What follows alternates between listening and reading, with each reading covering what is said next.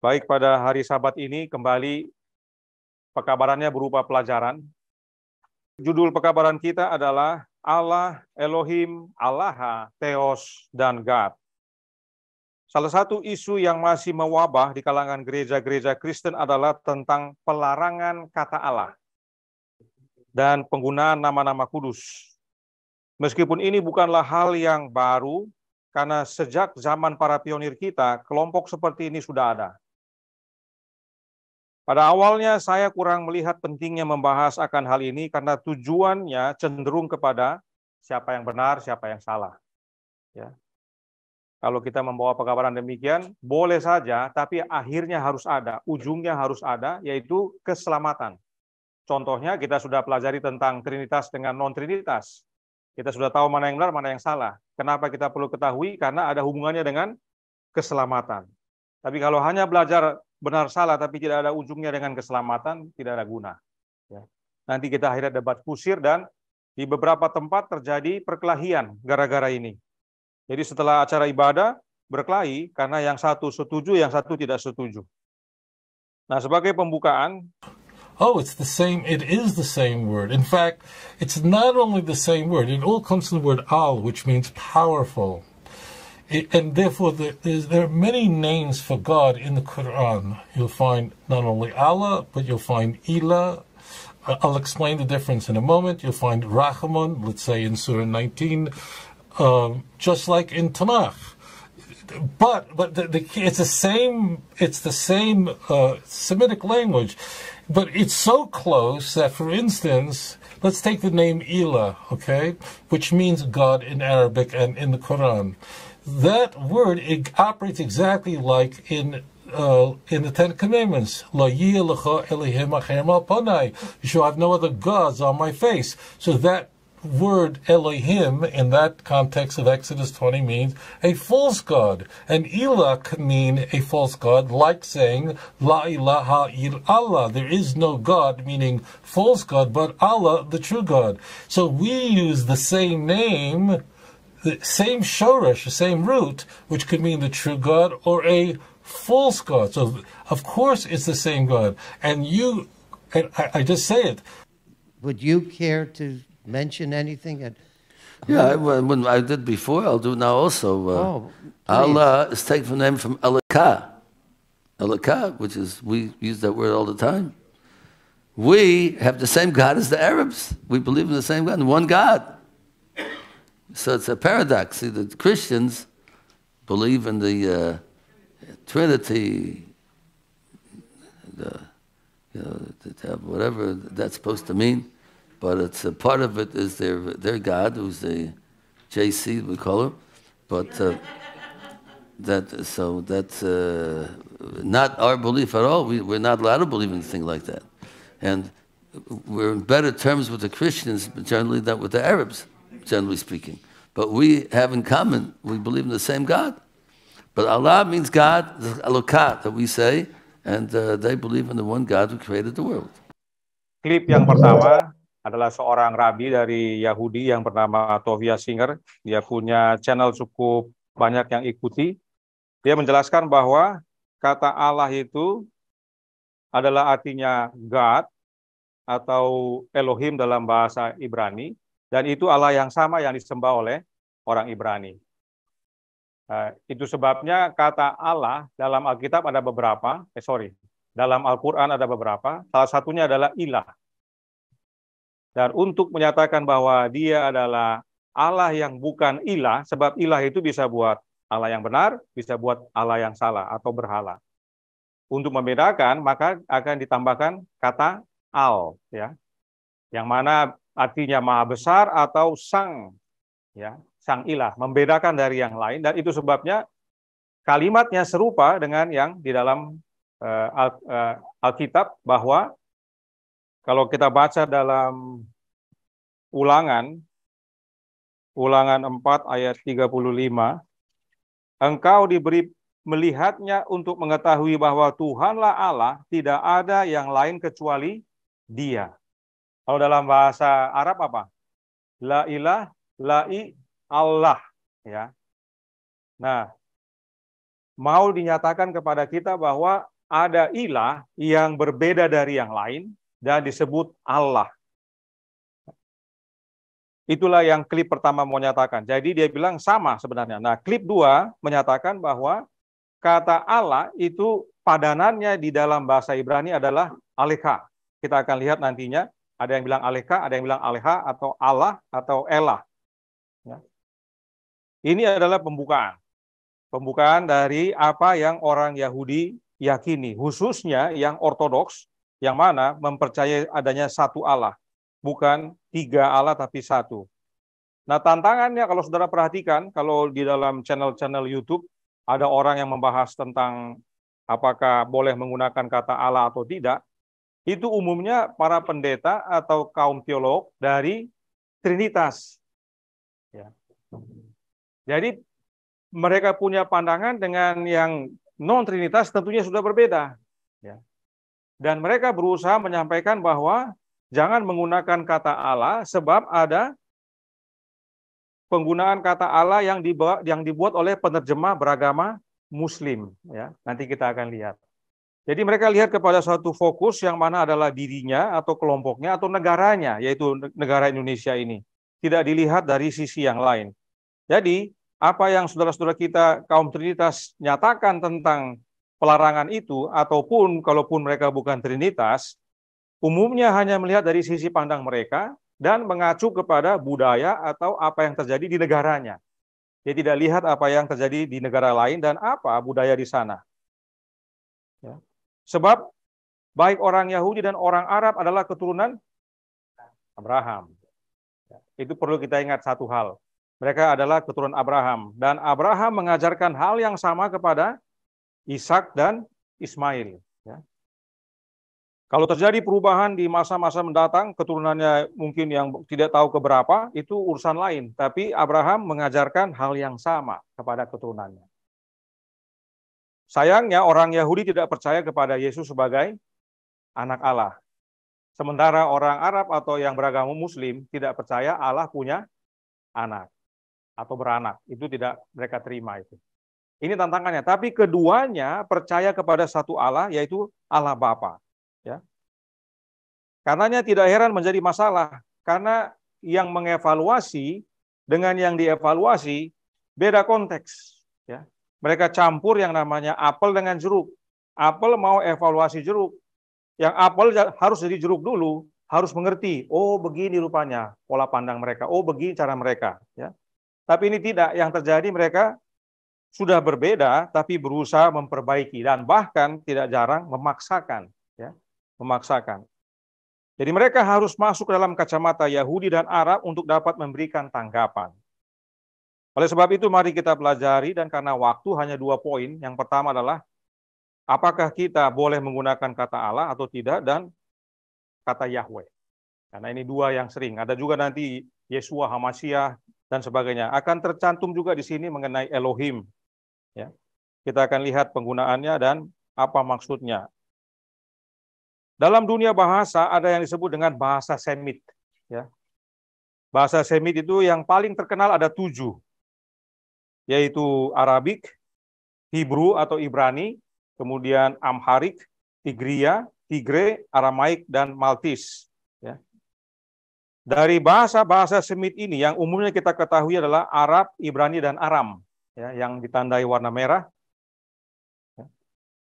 Dan negara penggunanya. Kalau kita perhatikan negara-negaranya itu bukan berarti bangsa Semit. Tetapi di negara itu ada orang yang menggunakan bahasa Semit. Contohnya Polandia dengan Amerika.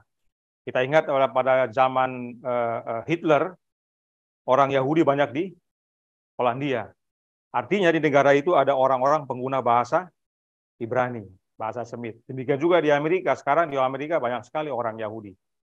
Ya, mereka punya sinagog di sana, artinya mereka menggunakan bahasa Ibrani.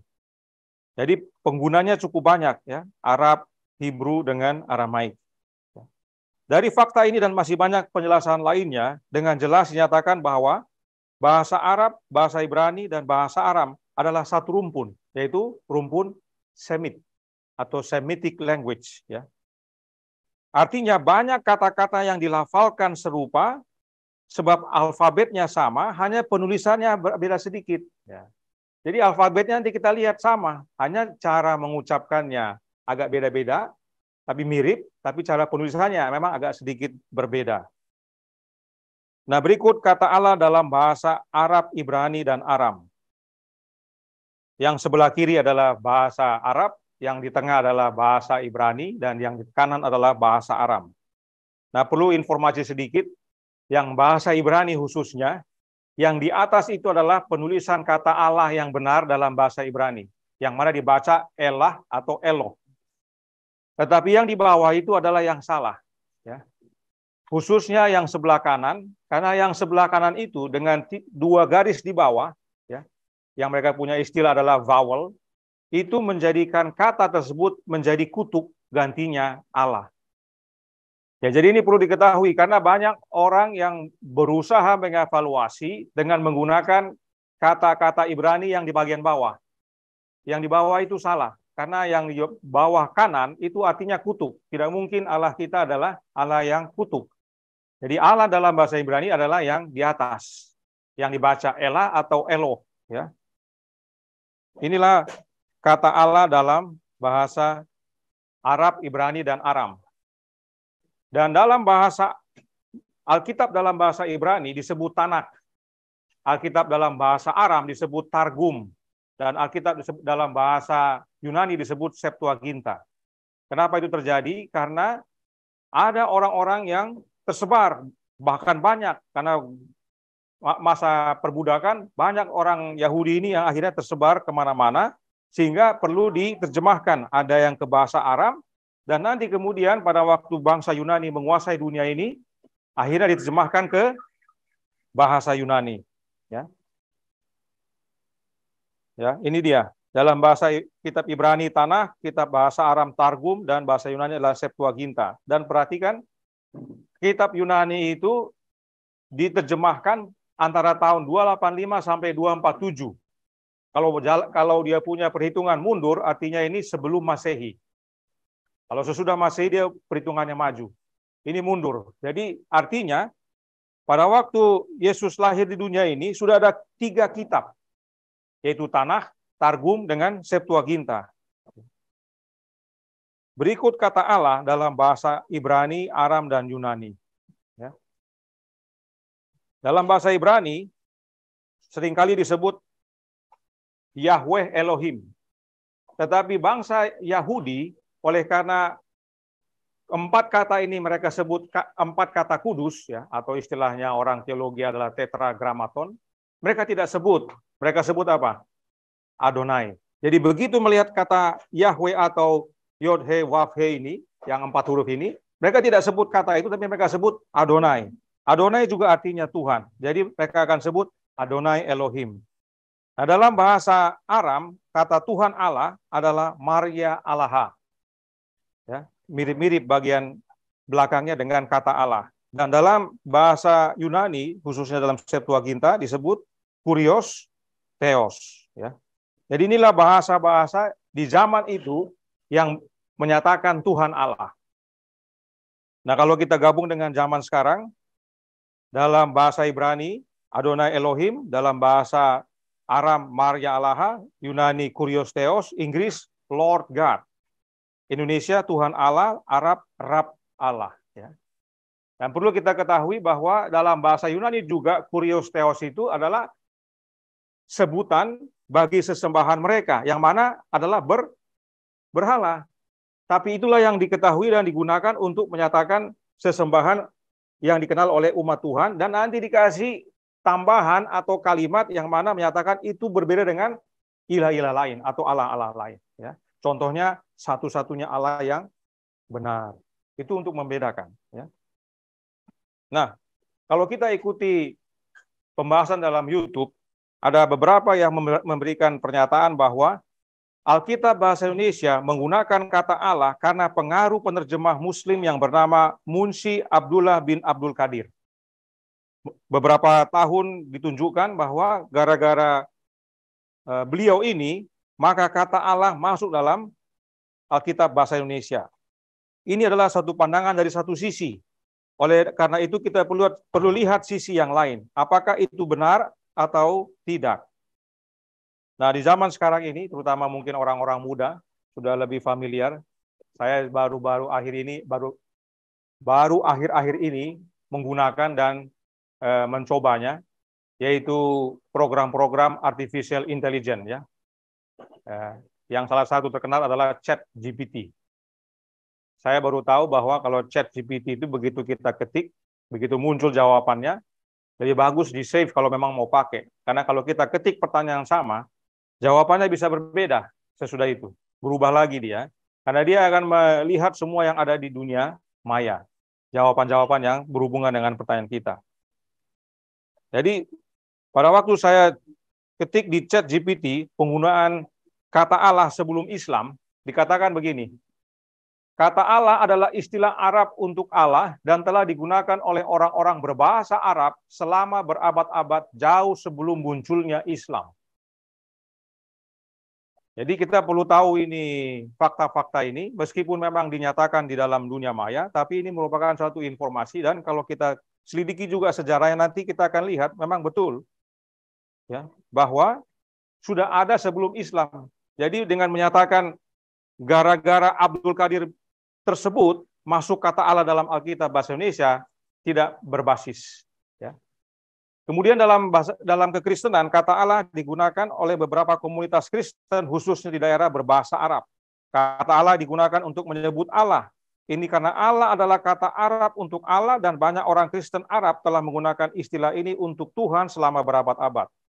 Faktanya Alkitab berbahasa Arab menggunakan kata Allah untuk menyebut Allah. Seperti yang dilakukan banyak teks Kristen kuno yang ditulis dalam bahasa Arab.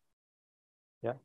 Mengapa bisa demikian? Mengapa Alkitab bahasa Arab menggunakan bahasa Arab dan menggunakan kata Allah? Ya. Ingat tadi, ada yang namanya Semitic language atau rumpun bahasa Semit. Ya. Rumpun bahasa Semit. Itu Ibrani, Arab dengan Aram itu satu rumpun dia. Nah, sekarang kita perhatikan dia punya alfabet. Ya. Ini alfabet bahasa Arab. Ya, saya tidak terlalu ahli dalam bahasa Arab, tapi saya mau kasih tunjuk beberapa huruf yang merupakan huruf-huruf dasar dari kata Allah. Ini yang sebelah kiri ini adalah kata Allah, sengaja dibagi 3, supaya kita tahu itu huruf apa saja. Yang pertama dari kanan adalah alif. Ya. Yang garis itu alif. Kemudian ada 2 huruf yang sama, yaitu lam, yang seperti huruf J. Itu lam, itu L artinya. Alif itu A, lam itu L, kemudian yang paling akhir adalah H. Ya. Itu sebenarnya menjadi apa? Al-lah. Ya. Kalau hanya satu L-nya, bacanya ilah. Tapi karena mau ditunjukkan adanya perbedaan antara ilah dengan Allah yang benar, maka menjadi Allah. Al itu adalah the atau sang atau maha. Ya. Jadi ini yang dinyatakan dari dalam huruf Arab. Jadi kita hanya lihat dia punya huruf 3 saja. Jadi perlu diingat, kata Allah dalam bahasa Arab terdiri dari 3 huruf, yaitu A, L, dan H. L-nya ada 2, tapi 3 huruf yang paling utama. Kita lihat dalam bahasa Ibrani. Dalam bahasa Ibrani, kata Allah atau Elah terdiri dari 3 huruf juga, yaitu Alef, kemudian Lamet, dengan Hei. Ya. A, L, H. Perhatikan tadi Alif, Lam, dengan H. Di sini Alef, Lamet dengan Hei, mirip ya. Dia punya penyebutan mirip.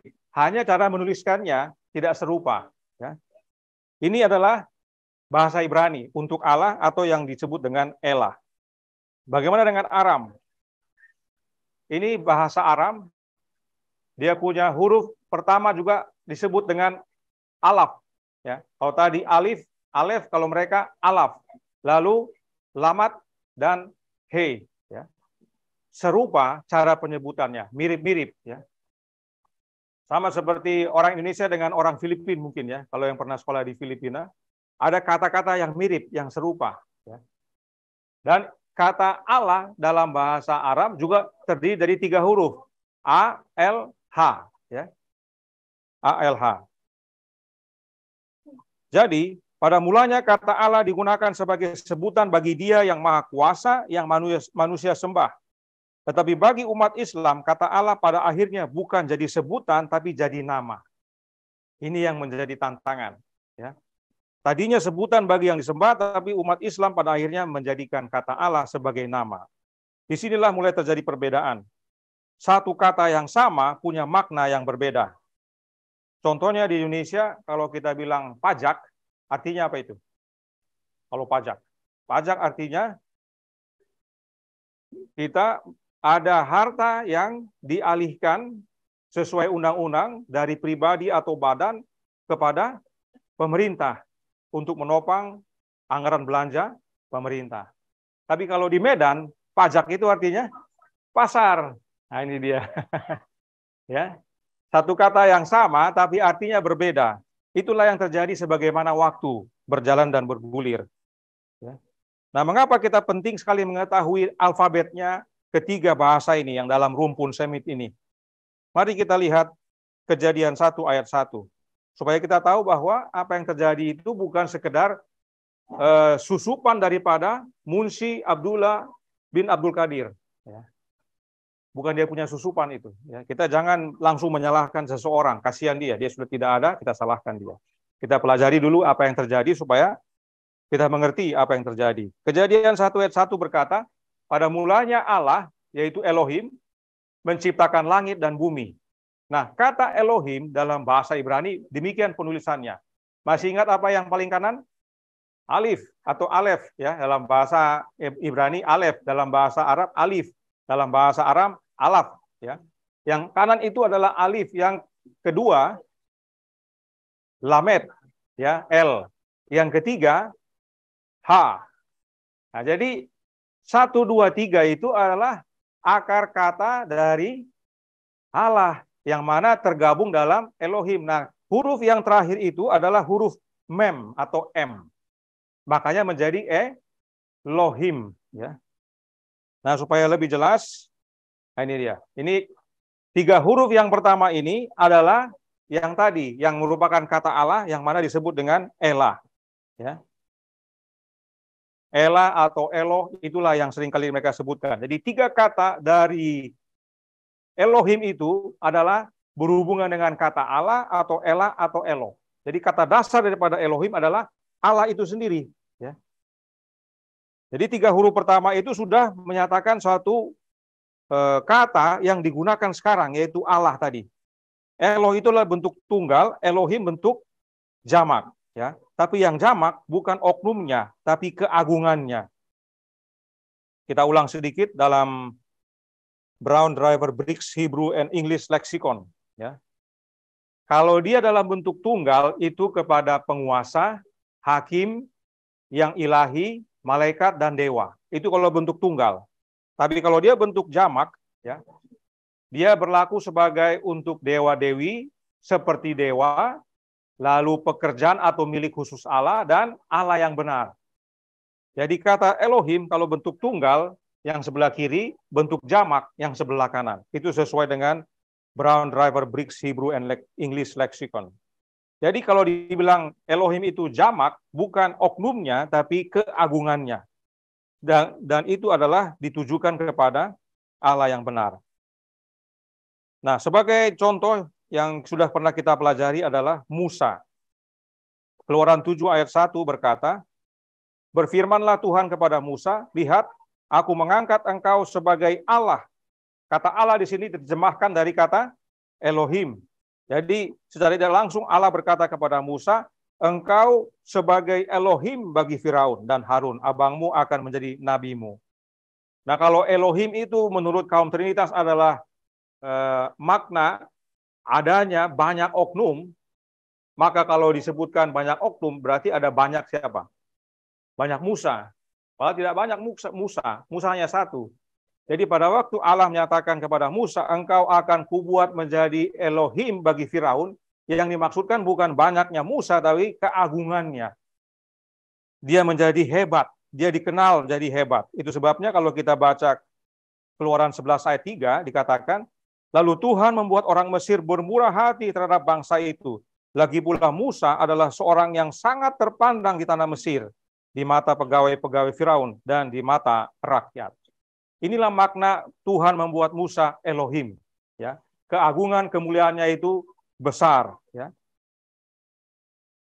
Jadi Elohim itu bukan artinya Musa banyak, tapi kemuliaannya. Dia dikenal dengan sangat terpandang di Mesir. Itulah Elohim. Ya. Jadi, kita bisa lihat bahwa penggunaan kata Allah yang mana adalah Eloh dalam bahasa Ibrani sudah dimulai dalam Kejadian 1 ayat 1. Ya. Kemudian kita lihat dalam Maliaki 2 ayat 10, dikatakan juga di sana, bukankah kita sekalian mempunyai satu Bapa? Bukankah satu Allah, satu Elohim menciptakan kita? Lalu mengapa kita berkhianat satu sama lain dan dengan demikian menajiskan perjanjian nenek moyang kita? Ya. Jadi Elohim yang dimaksudkan bukan banyak oknum, sebab dikatakan satu Bapa, satu Allah, satu Elohim. Ya. Jadi Bapa ini adalah Allah yang benar dan dia hanya satu. Yang dinyatakan besar, yang dinyatakan jamak adalah kebesarannya, keagungannya, kemahakuasaannya. Ya, itu jamak. Ya. Nah, kembali kepada kata Eloh tadi, yang merupakan kata dasar Elohim atau Elah.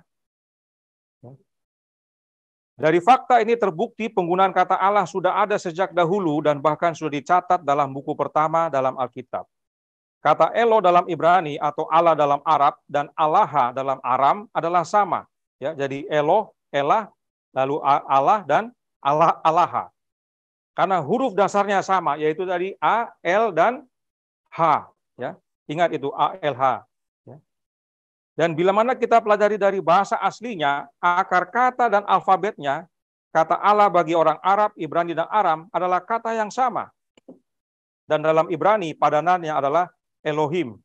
Dalam Aram adalah Allah. Jadi kalau dibilang Allah, itu sama dengan Elohim, sama dengan Allah. Karena dia punya kata dasar adalah Elah atau Eloh, yang merupakan serupa dengan Ilah, yang mana dikatakan yang mana ditambah dengan Al menjadi Allah. Nah, dikatakan tadi bahwa saya lupa menyampaikan.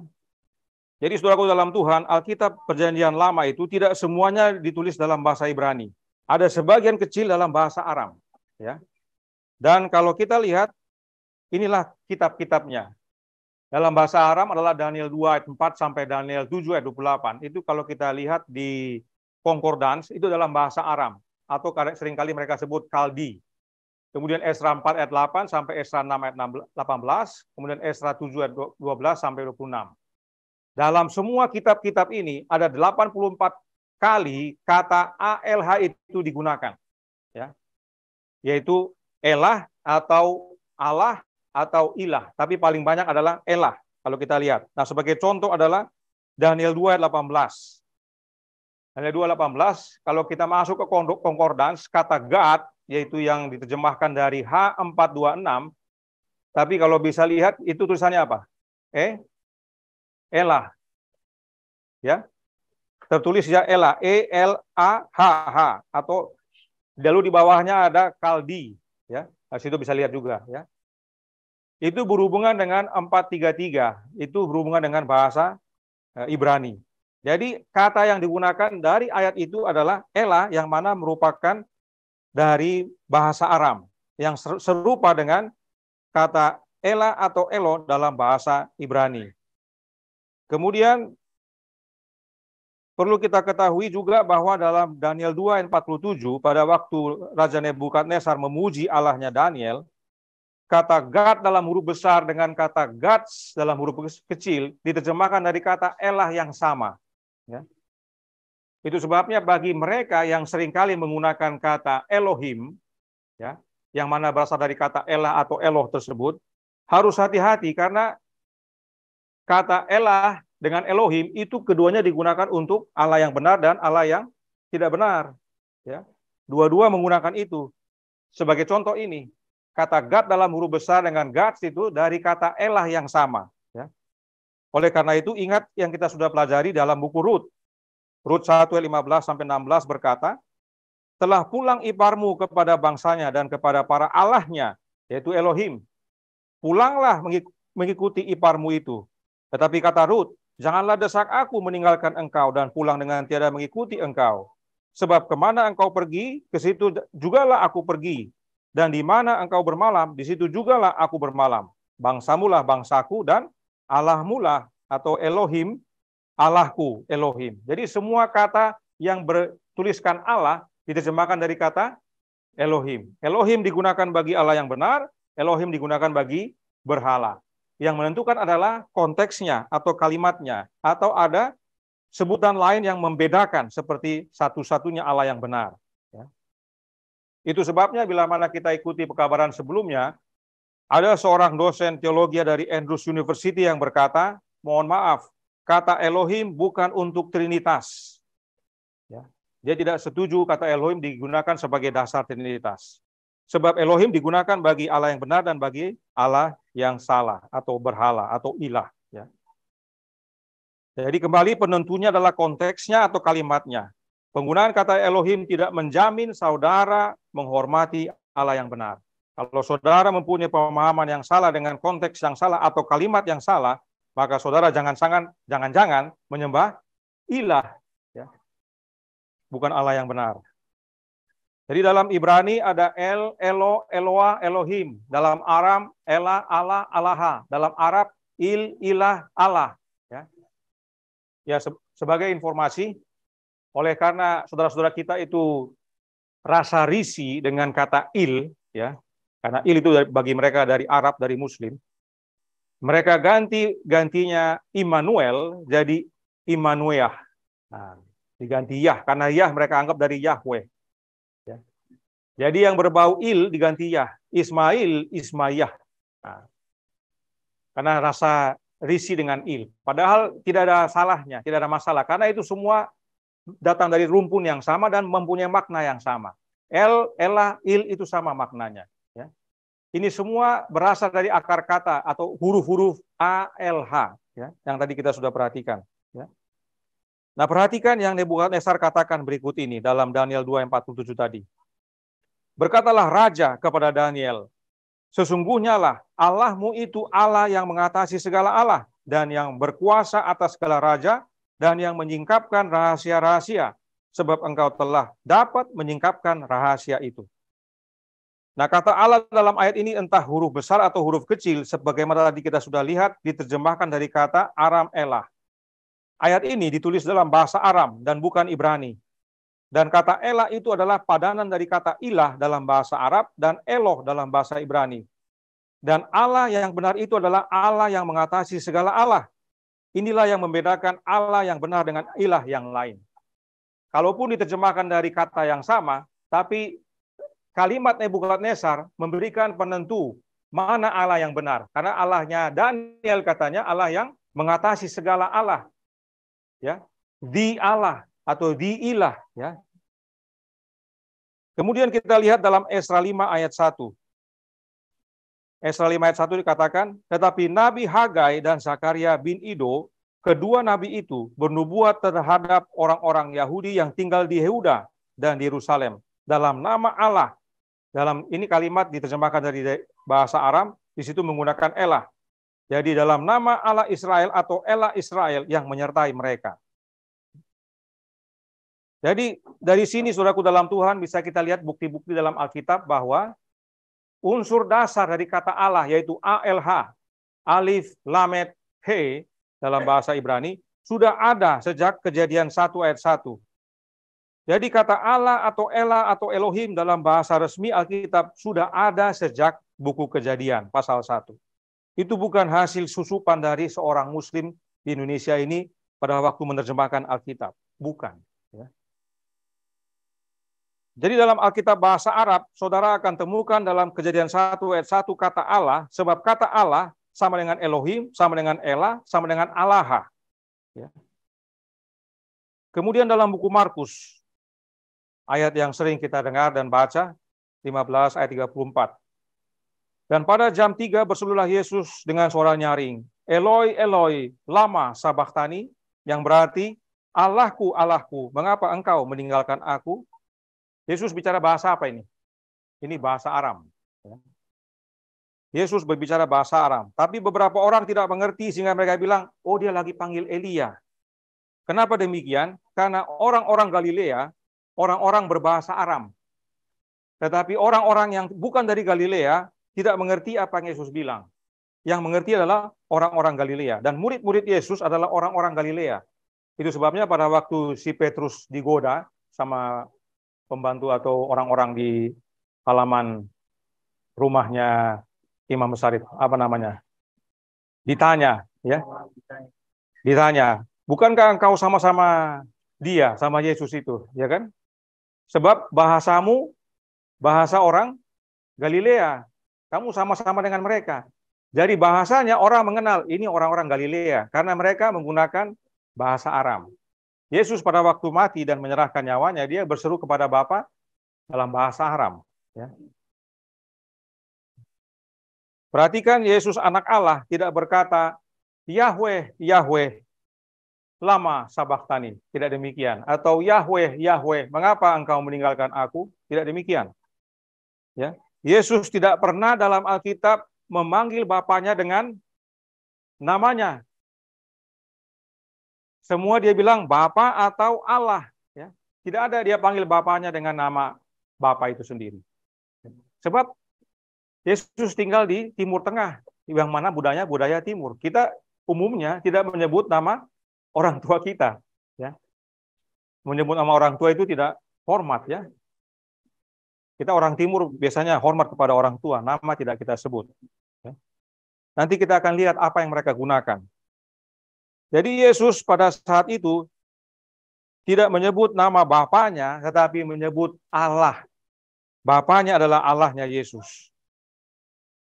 Dan ini menuntun kita masuk ke dalam kata YHWH.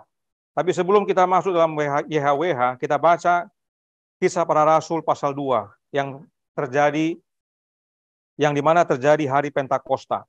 Kisah 2 ayat 8 sampai 11. Bagaimana mungkin kita masing-masing mendengar mereka berkata-kata dalam bahasa kita sendiri, yaitu bahasa yang kita pakai di negeri asal kita.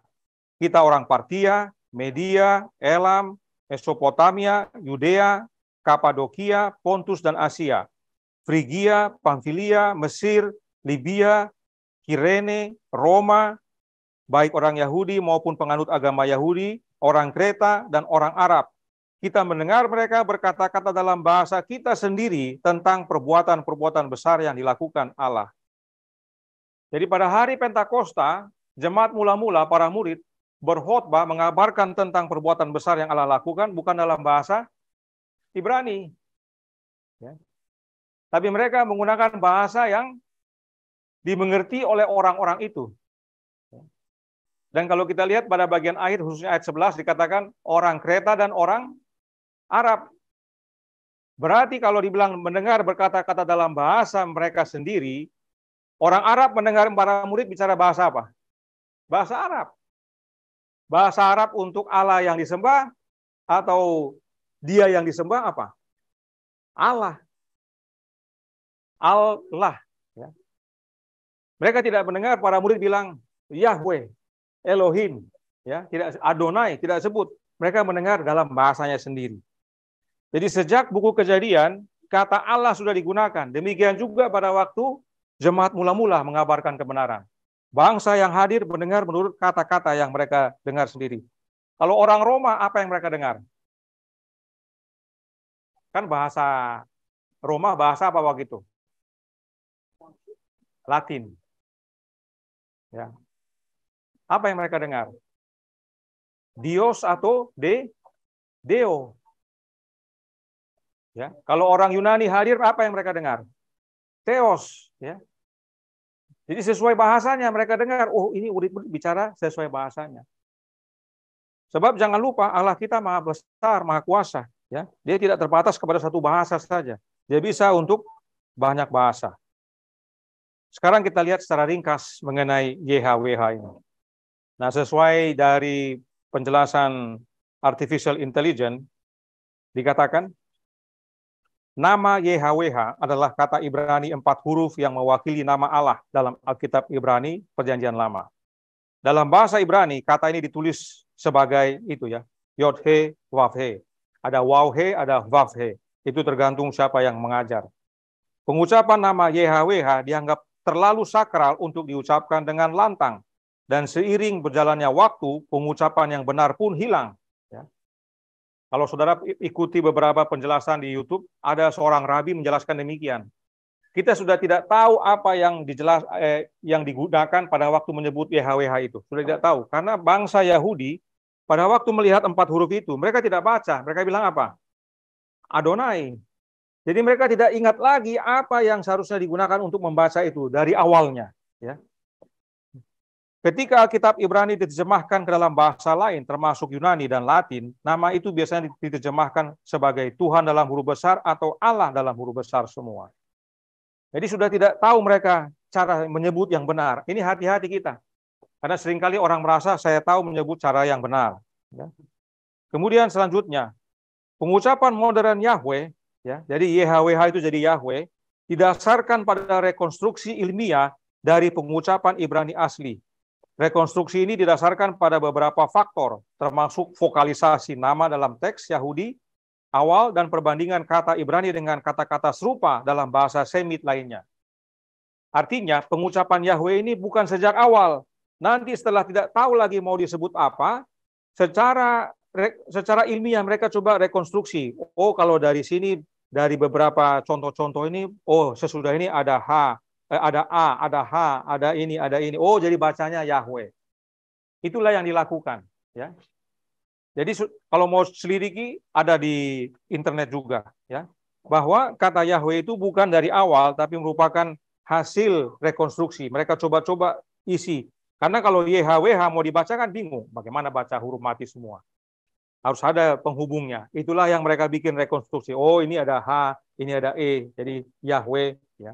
Padahal W-nya itu belum tentu W dibacanya, ada yang bacanya V. Ya. Ya. Makanya ada yang mengusulkan bukan Yahweh tapi apa? Jehovah atau Yehova. Ya. Tapi paling banyak orang menerima adalah Yahweh. Ya. Jadi YHWH itu adalah Tuhan. Ya. Tuhan Allah, YHWH Elohim, tidak dibaca menjadi Adonai Elohim. Inilah orang Yahudi saat melihat kata YHWH ini. Saking kudusnya mereka tidak mau sebut, mereka sebut Adonai. Dan karena sudah lama tidak pernah disebut, tidak tahu lagi cara menyebutnya yang benar. Tapi perlu diingat perkataan ini adalah antara manusia dengan Allah. Jadi pada waktu orang Yahudi mengatakan Adonai Elohim, itu adalah antara dia dengan Allah. Mungkin lagi berdoa, mungkin lagi memuji. Tapi kalau sesama manusia, contohnya, saudara si Jabat, kemarin itu Adonai Elohim tolong saya. Saya kalau tidak dia tolong dengan mujizatnya, waktu saya operasi itu mungkin saya jatuh atau apa. Dalam diskusi tidak demikian kalau orang Yahudi. Mereka akan menggunakan kata Hashem. Hashem itu artinya sang nama. Tidak mereka mau sebut namanya, tapi mereka bilang sang nama. Sang nama itu kemarin tolong saya. Jadi pada waktu mereka bilang Hashem, itu sesama Yahudi akan tahu yang disebut, yang dimaksud adalah Allah. Allah yang maha besar atau satu-satunya Allah yang benar. Jadi pada waktu kita ngobrol, puji itu puji Hashem. Nah, gitu ya. Puji Hashem karena kita boleh berkumpul.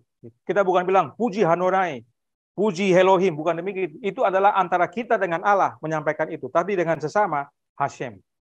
Ya, itu orang Yahudi. Ya. Dan kalau mereka saling menyapa, Hashem, Alehem.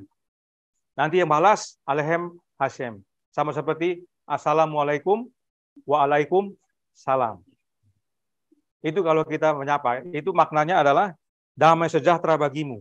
Semoga berkah Allah menyertaimu. Ya balas juga, semoga berkah Allah juga buat kamu. Ya. Kita seringkali salah menggunakan, ada orang menggunakan Adonai Elohim untuk perbincangan, untuk khotbah, segala macam. Tidak, itu antara dia kepada Tuhan. Kalau sesama, tidak demikian.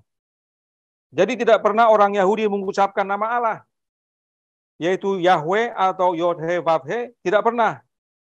Sementara zaman sekarang ini orang di mana-mana Yahweh Yahweh, ya, ya, luar biasa, ya. Nah, salah satu ayat yang sering digunakan adalah Quran 3 ayat 15. Selanjutnya berfirmanlah Allah kepada Musa, beginilah kau katakan kepada orang Israel, Tuhan Allah nenek moyangmu, Allah Abraham, Allah Ishak dan Allah Yakub telah mengutus aku kepadamu. Itulah namaku untuk selama-lamanya. Dan itulah sebutanku turun-temurun. Nah ini dia. Gara-gara ini, oh ini kita harus sebut. Karena ini namanya dan sebutannya turun-temurun. Tapi ingat, orang Yahudi saja tidak baca. Dia sebut dengan kata lain, yaitu Adonai. sehingga cara penyebutannya sudah tidak diketahui. Ya, dan muncul beberapa masa selanjutnya. Nah, kata sebutanku di sini diterjemahkan dari kata Ibrani yang mempunyai arti peringatan. Dalam bahasa Inggris, King James dikatakan a memorial, menjadi peringatan. Oleh karena itu bukan untuk disebut sembarangan. Tidak heran kata Tuhan dalam hukumnya dikatakan apa? Jangan menyebut namaku dengan sembarangan, karena nama itu meskipun namanya turun-temurun, tapi itu adalah peringatan. Oh ya, saya tahu namanya ini. Bukan untuk disebut-sebut, karena nanti akhirnya sembarangan kita sebut. Dan salah mengucapkan berbahaya. Contoh, ada yang tahu cerita ini? Masih ingat Hakim-Hakim 12 ayat 5 dan 6? Terjadi peperangan antara orang Gilead dengan orang Efraim. Ya, kita baca. Untuk menghadapi suku Efraim itu, maka orang Gilead menduduki tempat-tempat penyeberangan sungai Yordan. Apabila dari suku Efraim ada yang lari dan berkata, biarkanlah aku nyebrang, maka orang Gilead berkata kepadanya, orang Efraimkah engkau? Dan jika ia menjawab bukan, artinya ya siapa tahu iya, siapa tahu tidak, maka mereka berkata kepadanya, coba katakan dulu Sibolet. Jika ia berkata Sibolet, jadi tidak dapat mengucapkan tepat, maka mereka menangkap dia dan menyembelihnya dekat tempat-tempat penyeberangan sungai Yordan itu. Pada waktu itu tewaslah dari suku Efraim 42.000 orang. Artinya 42.000 orang ini mau tipu. Mau nyebrang, bilang bukan, dites. Bilang Sibolet. Dia nggak bisa. Dia bilangnya apa? Sibolet. Oh, salah. Oh, ini tipu ini. Dibunuh dia. Ya. Artinya, dialek itu ya mempengaruhi. Sulit ya untuk menyatakan satu. Ya. Contoh kalau Indonesia ada beberapa suku dan daerah yang huruf F. Ya kan? Kalau sekarang mungkin kalau kita sekarang, orang Efraim, bukan. Coba bilang Fanta. Nah, Fanta. Iya kan? Ketahuan langsung. Oh, tipu kamu. Kan gitu. Iya kan? Ini dia. Jadi ada hal-hal yang berbahaya kalau kita salah sebut. Ya. F dan V jadi F. Ya. Jadi P. Ya. Jadi hati-hati dalam mengucapkan sebuah kata yang kita tidak tahu cara menyebutkannya, bahkan akan direkonstruksi ulang bertahun-tahun kemudian. Bisa berbahaya, dan bahkan Tuhan berkata dalam Imamat 22 ayat 32, janganlah melanggar kekudusan namaku yang kudus.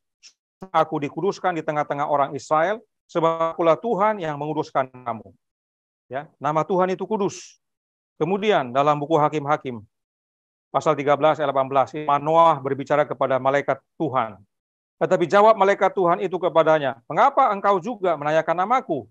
Bukankah nama itu ajaib?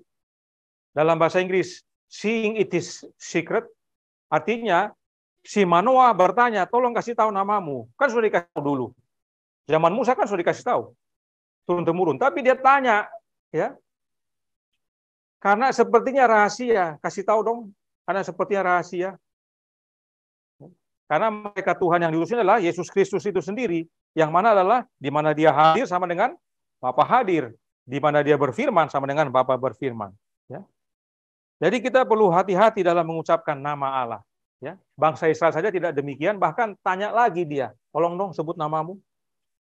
Nama Allah itu kudus, jangan sebut dengan sembarangan.